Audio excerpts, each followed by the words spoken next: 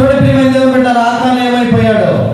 దేవుని యొక్క కోపము మండుటను బట్టి, ఓటమి వచ్చిన దానిని బట్టి యెహోషువ మోకరించి ప్రార్థన చేసి, అయ్యో ప్రభువా, ఇంత చిన్న పట్టణాన్ని ఎందుకు మేము గెలవలేకపోయామని కన్నీరు గార్చి ప్రార్థన చేస్తా ఉంటే దేవుడు చెప్తా ఉన్నాడు, యెహోషువ, నువ్వెందుకు ఇక్కడ మోకరించి ప్రార్థన చేస్తున్నావు? నువ్వెందుకు బాధపడుతున్నావు? నువ్వెందుకు ఏడుస్తున్నావు? ఈ శాపం నీది కాదు, మరి ఎవరిదయ్యా? ఇశ్రాయేలీయులు పాపం చేసి ఉన్నారు.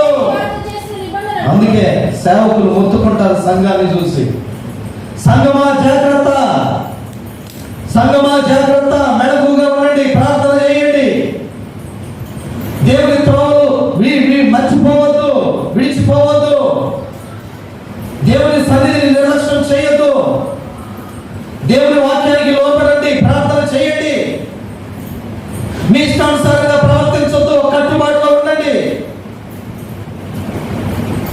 దేవుని సేవకుని మాటకు లోపడండి, మీరు కృతార్థులు అవుతారు. దేవుని వాక్యం చెప్తున్న మాటలు నేను కాదు.